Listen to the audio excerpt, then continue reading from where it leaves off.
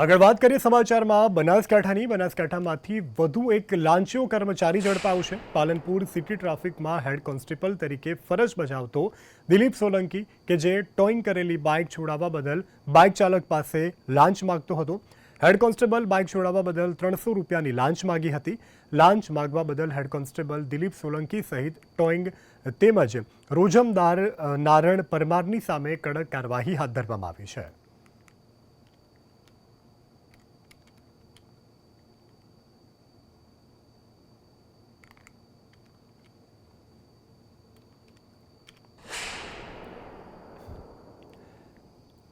ચુડા ખાતે ઝાલાવાડ સમસ્ત કારડિયા રાજપૂત સમાજનો સ્નેહ મિલન અને સન્માન સમારોહ યોજાયો, જેમાં ધારાસભ્ય કિરીટસિંહ રાણા, જિલ્લા પંચાયત કારોબારી સમિતિના ચેરમેન જશુભા સોલંકીનું સન્માન કરાયું। આ સમારોહમાં કન્યા કેળવણી, રાજ્ય અને કેન્દ્ર સરકારની વિવિધ શૈક્ષણિક યોજના થકી ઉચ્ચ ટેકનોલોજીસભર શિક્ષણ મેળવવા ઉપર ભાર મૂકાયો।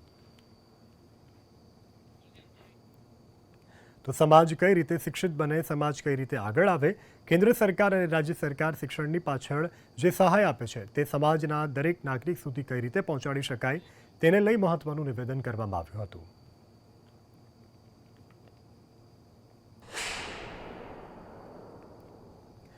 બનાસકાંઠાના પશુઓ પર એક રોગનું ગ્રહણ લાગ્યું છે। ખરવા અને મુવાસા નામના રોગથી પાલનપુરના ભાગળ પીપળી ગામમાં માત્ર 2 દિવસમાં 5થી વધુ પશુઓના મોત થતાં હડકંપ મચી ગયો છે।